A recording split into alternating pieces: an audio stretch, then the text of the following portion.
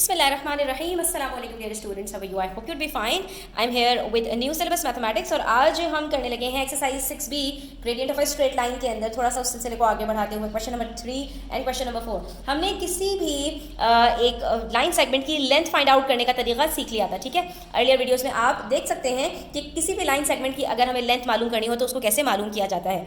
आज हम ये मालूम करेंगे कि अगर दो पॉइंट्स दिए हुए हैं एक लाइन सेगमेंट के, ठीक है, और उसके बाद एक हमें मज़ीद जो है वो पॉइंट दिया जाए और उसमें ये कहा जाए कि अगर उस पॉइंट के ऊपर ये दोनों लाइंस बराबरी के साथ मिल रही हों, ठीक है, ये दोनों पॉइंट्स इस तरह मिल रहे हों कि दोनों तरफ बराबरी से लाइंस बन रही हों, तो फिर उस जो लाइन है उसके कोऑर्डिनेट्स क्या होंगे ये हमें आज फाइंड आउट करना है. चलो पहले थोड़ा सा इसको डायग्राम से समझने की कोशिश करते हैं. हमसे कहा जा रहा है given that the coordinates of point P and Q that are respectively -2, 6 and 9, 3 respectively. ठीक है, P और Q आपके पास दो पॉइंट्स हैं, इनके कोऑर्डिनेट्स आपको बता दिए. तो यहाँ पर हमारे पास P जो है x1 y1 हम ले लेते हैं इसको, और यहाँ पर Q के जो कोऑर्डिनेट्स हैं उसको हम x2 y2 ले लेते हैं. ठीक है स्टूडेंट्स, अब आपसे जो अगली बात ये कह रहे हैं ना, आप ये बताइए कि आपके पास एक और पॉइंट आ रहा है दैट इज पॉइंट R, उसके कोऑर्डिनेट्स क्या होंगे अगर it lies on y axis की, अगर वो वाई एक्सिस पर हो. तो एक कोऑर्डिनेट तो हमें पहले ही पता चल गया, जब भी वाई एक्सिस के ऊपर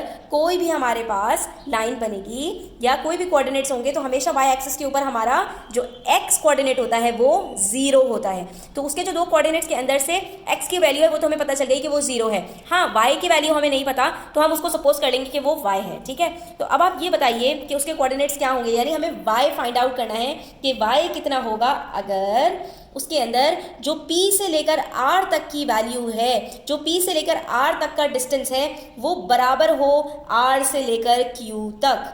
तो हमें ये फाइंड आउट करना है कि वो जो R पॉइंट है वो कहाँ लगेगा. स्टूडेंट्स वो काफ़ी आगे जाकर ही कहीं पर आएगा ताकि ये जो पॉइंट है, ये जो डिस्टेंस है ये बराबर हो सके इस डिस्टेंस के. ठीक है, तो ये इसके अंदर कहीं आएगा. अब हम उसको फाइंड आउट कैसे करेंगे, आइए ये हम तरीका सीख लेते हैं. ऐसे क्वेश्चंस को सॉल्व करने के लिए ना बच्चों हमें सिरा ढूंढना पड़ता है, तो कोई ना कोई हमें ऐसी हिंट ज़रूर दी हुई होती है कि जिसकी मदद से हम अपने आंसर तक पहुंच सकते हैं. अब इन्होंने हमें P के कोऑर्डिनेट्स बता दिए, Q के कोऑर्डिनेट्स बता दिए, R का भी एक इन्होंने बता दिया, एक नहीं. इसका मतलब ये हुआ कि R का सिर्फ एक वैल्यू हमें पता लगानी है, दैट इज़ Y. ठीक है, अब आप इसको कोई भी वेरिएबल से जो है वो डिनोट कर सकते हैं. मैंने यहाँ पर Y से सपोज किया है इसको. अब ये y तक पहुंचने के लिए जो मुझे इन्होंने एक हिंट दी है ना स्टूडेंट्स, वो दी है मुझे PR बराबर है QR के. यानी कि अगर मैं PR की कोई इक्वेशन निकाल लूँ और QR की कोई इक्वेशन निकाल लूँ, उन दोनों के अंदर मेरे पास ये y ज़रूर आएगा और फिर उन दोनों को जब मैं सॉल्व करूँगी तो ये y मुझे पता चल जाएगा. और इसको हम कैसे पता लगा सकते हैं, PR की इक्वेशन कैसे निकाल सकते हैं स्टूडेंट्स, तो ज़रा गौर से देखिए. ये जो पॉइंट P है ये यकीनन कहीं R पर यहाँ कहीं जाकर मिल रहा होगा कि वो 0 के ऊपर आ रहा होगा. ठीक है, तो इस तरह की जब लाइन बन रही होगी स्टूडेंट्स तो ज़रा गौर से देखिए, आपको ये नज़र आएगा. फॉर एग्जांपल मैं यहाँ पर ले लूँ, ये आ रहा है -3 तक, तो ये एक राइट एंगल ट्राइंगल बन जाएगा. और PR को मैं यहाँ पर सपोज कर लूँ ये R है, तो ये जो स्ट्रेट लाइन बन रही है स्टूडेंट्स, इससे जो मेरे पास राइट एंगल ट्राइंगल बन रहा है तो इसमें ये हाइपोटेन्यूज की लेंथ होगी, जिसमें मेरे पास जब कोऑर्डिनेट्स दिए हुए हैं P के भी और R के भी मैंने सपोज किए हुए हैं तो मैं आसानी से बेस और परपेंडिकुलर निकाल सकती हूँ. और जब मैं इन दोनों को निकाल सकती हूँ तो मैं हाइपोटेन्यूज यानी PR की जो लेंथ है उसको भी फाइंड आउट कर लूँगी. तो ज़रा गौर से देखिए कि हम यहाँ पर करेंगे क्या, हम अगेन पाइथागोरस थ्योरम लगाएंगे और PR की जो लेंथ है in terms of hypotenuse square, उसी फॉर्मूले को यूज़ करते हुए हम सारी वैल्यूज़ को पुट कर देंगे. तो अब इसके अंदर मैंने x1 y1 P के जो पॉइंट्स हैं, P के जो कोऑर्डिनेट्स हैं उनको ले लिया और x2 y की जगह पर मैंने R के जो कोऑर्डिनेट्स हैं उसको ले लिया और उसके बाद मैं इस फॉर्मूले के अंदर पुट करूंगी तो मेरे पास आ जाएगा PR² equals to y - 6² plus 0 - 2² that is 0 + 2², जो कि मेरे पास 4² आ रहा है. तो मेरे पास ये एक इक्वेशन निकल आई जो कि बराबर है PR² के. ठीक है, बिल्कुल इसी तरह से स्टूडेंट्स आप देख सकते हैं कि यही लेंथ हमारे पास Q के साथ भी होगी कि Q से भी मेरे पास जो है वो एक राइट एंगल ट्राइंगल बनेगा. ठीक है, कुछ इस तरह का.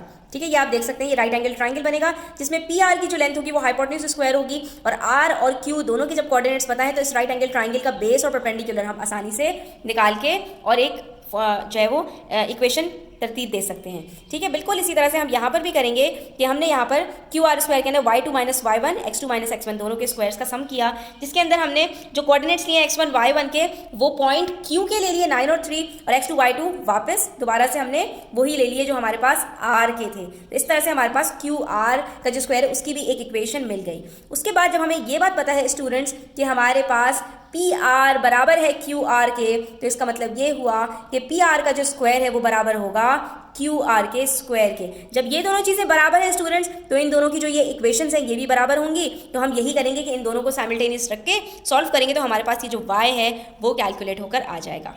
तो बस उसके बाद कोई मसला ही नहीं है। आप यहाँ पर P R is equal to Q R रखिए, आपके पास जो दोनों इक्वेशंस बनी है उसके अंदर कॉमन आपके पास y है, तो आपके पास अल्टीमेटली क्या होगा इस इक्वेशन से y की वैल्यू कैलकुलेट हो जाएगी। y को हमने यहाँ पर ओपन कर लिया है a माइनस बी स्क्वायर के फॉर्मूले से, और यहाँ पर भी a माइनस बी स्क्वायर का फॉर्मूला पुट किया और उसके अंदर हमने जब ओपन किया तो y स्क्वायर माइनस 12y। यहाँ पर आप देख सकते हैं कि y स्क्वायर से y स्क्वायर कट जाएगा, बाकी हमारे पास माइनस 12y और प्लस 6y यहाँ पर आ जाएगा, माइनस 6y और बाकी सारे जितने भी कॉन्स्टेंट्स हैं वो सारे जब हमने ऐड किए सबट्रैक्ट किए तो माइनस 50/6 हमारे पास आंसर आ रहा है। इसको हमने मजीद सिंप्लीफाई किया तो माइनस 25/3 हमारे पास y की वैल्यू निकल रही है, that is equals to minus 8 whole number 1/3। ठीक है, तो ये आपने देखा स्टूडेंट्स के जब भी आपके पास दो कोऑर्डिनेट्स दिए हुए होंगे और तीसरा कोऑर्डिनेट आपसे पूछा जाएगा सच दैट कि दोनों तरफ से जो लेंथ है उसकी पिछले दोनों पॉइंट से वो बराबर हो, तो आपने सिंपली यहाँ पर यही करना है कि आपने पाइथागोरस थ्योरम की मदद से पहले आपने जो थर्ड आपको पॉइंट दिया है उसके कोऑर्डिनेट्स को आपने सपोज कर लेना है। अगर वो y एक्सिस पर है तो उसका x जो है वो 0 होगा,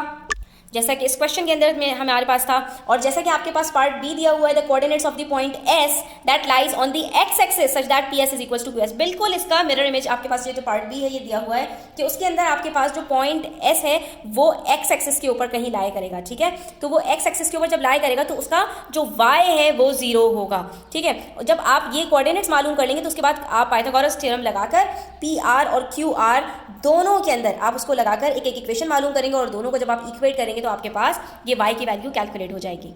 स्टूडेंट्स अगर ये बात समझ में आ गई, आप पार्ट बी भी आप इसी तरह से कर सकते हैं जिसके अंदर आपके पास p और q के कोऑर्डिनेट्स दिए हैं और s के कोऑर्डिनेट्स आप सपोज कर लेंगे कि x हमें नहीं मालूम, लेकिन हमारे पास जो x एक्सिस है उस पर हमारे पास क्योंकि वो 0 है उसके ऊपर हम ये लाइन लाई कर रही है, इसलिए हमारे पास जो y का कोऑर्डिनेट होगा वो 0 होगा। फिर हम पाइथागोरस थ्योरम की मदद से पहले ps की वैल्यू एक इक्वेशन निकालेंगे और फिर qs की एक इक्वेशन निकालेंगे, फिर हमारे पास ps बराबर है qs के, तो हम इसको इक्वेट कर लेंगे, हमारे पास आखिर में आंसर आ जाएगा x is equals to 2 whole number 3/11, that is the coordinates of s are 2, 3, 11 and 0। ठीक है स्टूडेंट्स, आई होप कि आपको क्लियर हो गया होगा। स्टिल कोई भी क्वेश्चन और क्वेरीज हो तो आप कमेंट सेक्शन में पूछ सकते हैं। Thanks for watching the video till the end, take care, अल्लाह हाफिज़।